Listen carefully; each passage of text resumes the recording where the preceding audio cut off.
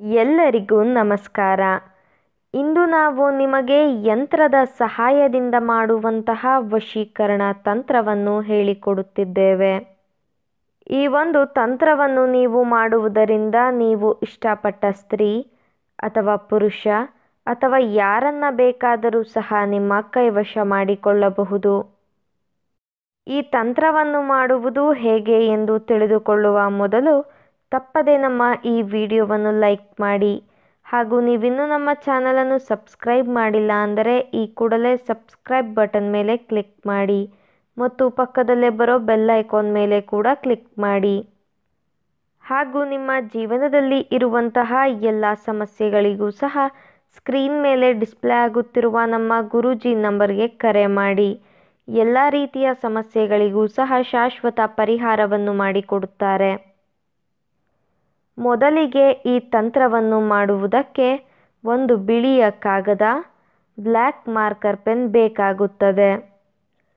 ಮೊದಲಿಗೆ ಮಾರ್ಕರ್ನ ಸಹಾಯದಿಂದ ಕಾಗದದ ಮೇಲೆ ಚೌಕಾಕಾರದ ವೃತ್ತವನ್ನು ಬರೆದುಕೊಳ್ಳಬೇಕು.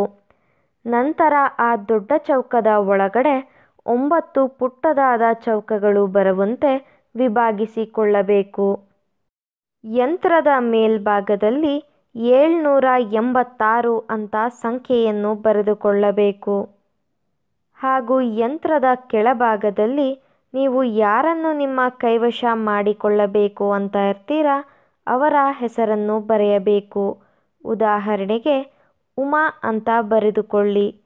ಅದರ ಜೊತೆಗೆ ಪ್ಲಸ್ ಚಿಹ್ನೆಯನ್ನು ಬಳಸಿ ನಿಮ್ಮ ಹೆಸರನ್ನು ಬರೆದುಕೊಳ್ಳಿ. ಉದಾಹರಣೆಗೆ ಸಂತೋಷ್ ಅಂತ ಬರೆದುಕೊಳ್ಳಿ. ನಂತರ ಯಂತ್ರದ ಮೊದಲನೆಯ ಸಾಲಿನ ಮೊದಲನೆಯ ಬಾಕ್ಸ್ನಲ್ಲಿ 2 ಅಂತ ಸಂಖ್ಯೆಯನ್ನು ಬರೆದುಕೊಳ್ಳಿ. ಎರಡನೆಯ ಬಾಕ್ಸ್ನಲ್ಲಿ ಅಂತ ಬರೆದುಕೊಳ್ಳಿ.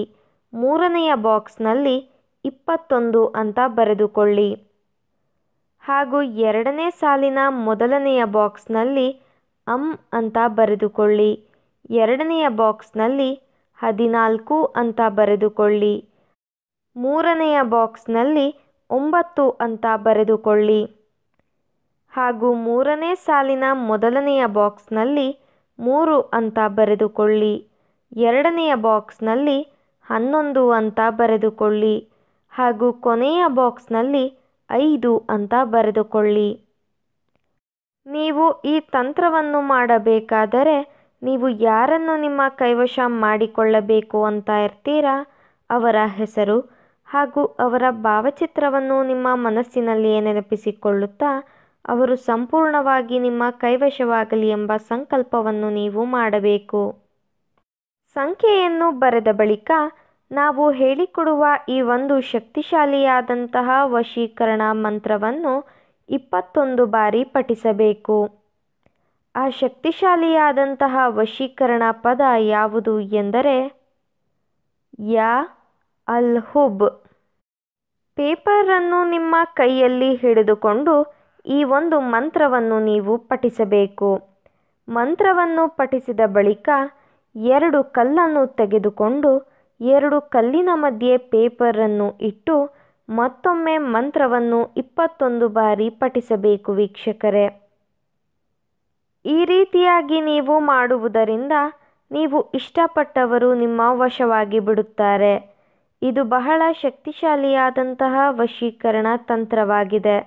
ದಯವಿಟ್ಟು ಈ ತಂತ್ರವನ್ನು ಕೆಟ್ಟದ್ದಕ್ಕೆ ಬಳಸಬೇಡಿ, ಒಳ್ಳೆಯದಕ್ಕೆ ಬಳಸಿ. ಹಾಗೂ ನೀವು ಈ ತಂತ್ರವನ್ನು ಮಾಡುವಲ್ಲಿ ಯಶಸ್ವಿಯಾಗದಿದ್ದರೆ ಸ್ಕ್ರೀನ್ ಮೇಲೆ ಡಿಸ್ಪ್ಲೇ ಆಗುತ್ತಿರುವ ನಮ್ಮ ಗುರೂಜಿ ನಂಬರ್ಗೆ ಕರೆ ಮಾಡಿ.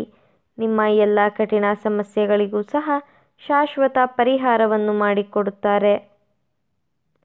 ಹಾಗೂ ಈ ವಶೀಕರಣ ತಂತ್ರ ನಿಮಗೆ ಇಷ್ಟ ಆದಲ್ಲಿ ವಿಡಿಯೋವನ್ನು ಲೈಕ್ ಮಾಡಿ, ಶೇರ್ ಮಾಡಿ ಹಾಗೂ ಕಮೆಂಟ್ ಮಾಡಿ.